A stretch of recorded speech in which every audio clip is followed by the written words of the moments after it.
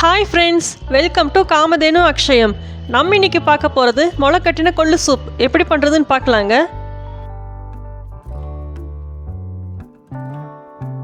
நான் இதுக்கு 100 கிராம் அளவுக்கு கொள்ளு பருப்பு எடுத்திருக்கேன். இதில் நிறைய அழுக்கு மண்ணெல்லாம் இருக்கும், அதனால 2 தடவை நல்லா கழுவி எடுத்துடலாம்.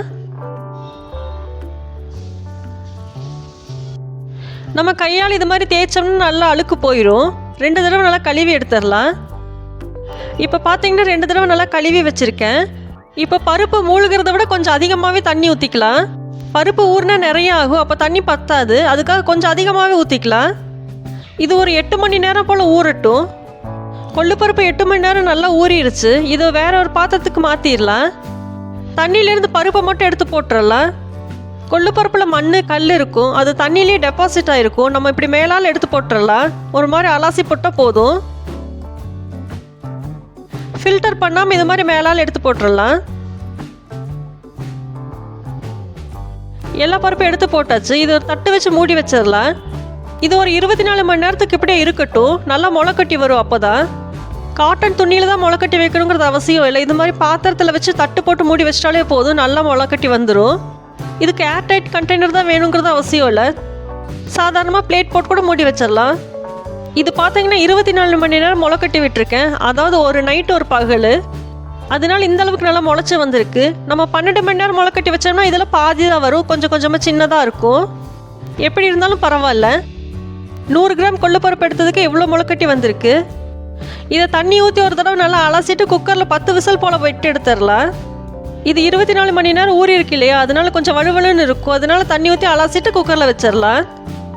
இப்போ பார்த்தீங்கன்னா குக்கரில் 10 விசில் விட்டு எடுத்திருக்கேன். பருப்பு எப்படி வந்திருக்குன்னு பார்க்கலாம். பருப்பு வெந்த தண்ணி மட்டும்தான் நம்மளுக்கு தேவைப்படும். வெந்திருக்க பருப்பு தண்ணியை ஃபில்டர் பண்ணி எடுத்துட்டு நம்ம அதை குழம்பு கூட வச்சிடலாம். சூப்பராக இருக்கும். பருப்பு நல்லாவே வெந்திருக்கு, உங்களுக்கு பார்த்தாலே தெரியும். கையில் எடுத்து இப்படி மசிச்சா மசியணும், இதுதான் சரியாக இருக்கும். நான் ஏற்கனவே முளைக்கட்டின கொள்ளு பருப்பு குழம்பு எப்படி வைக்கிறதுன்னு வீடியோ போட்டிருக்கேன். அந்த வீடியோட லிங்க்கை டிஸ்கிரிப்ஷன் பாக்ஸில் கொடுக்குறேன், வேணுங்கிறவங்க செக் பண்ணி பாருங்கள். இது ஒரு வடிகட்டி வச்சு வடிகட்டிடலாம். அப்போ தண்ணி மட்டும் தனியாக வரும். இது கூட கொஞ்சம் பொருட்கள் சேர்க்கலாம், அப்போ இன்னும் நல்லா பவர்ஃபுல்லாக இருக்கும்.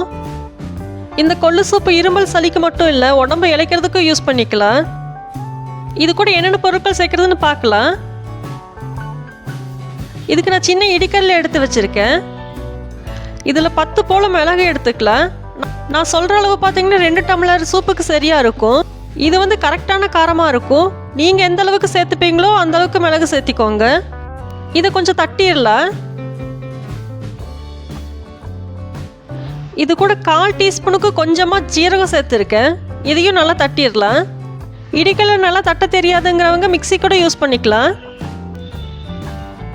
மிளகு சீரகத்தை நல்லா தட்டியாச்சு. இப்போ பார்த்தீங்கன்னா தெரியும், நல்லா ஃபைனாக தட்டிடலாம் இது மாதிரி. இப்போ இது கூட 2 பல் பூண்டு சேர்த்துக்கலாம். சின்ன பல் பூண்டுங்கிறதுனால 2 சேர்த்துருக்கேன். கொஞ்சம் பெருசாக இருந்துச்சுன்னா 1 சரியாக இருக்கும். பூண்டையும் சேர்த்துட்டு நல்லா ஃபைன் பேஸ்ட்டாக அரைச்சிடலாம். நல்லா தட்டி எடுத்துட்டேன்.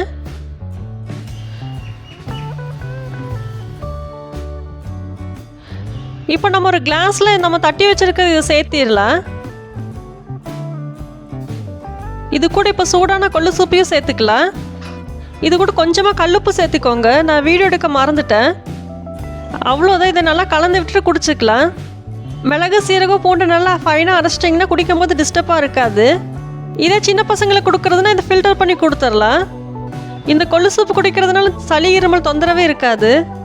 குளிர்காலத்தில் வீக்லி 2 குடிக்கலாம், வெயில் காலத்தில் வீக்லி 1 குடிக்கலாம்.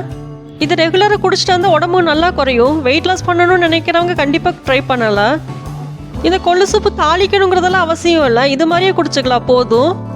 இதுக்கு கொத்தமல்லி தலை தூவணுங்கிறது கூட அவசியம் இல்லை, இப்படியே குடித்தாலே நல்லா டேஸ்ட்டாக இருக்கும்.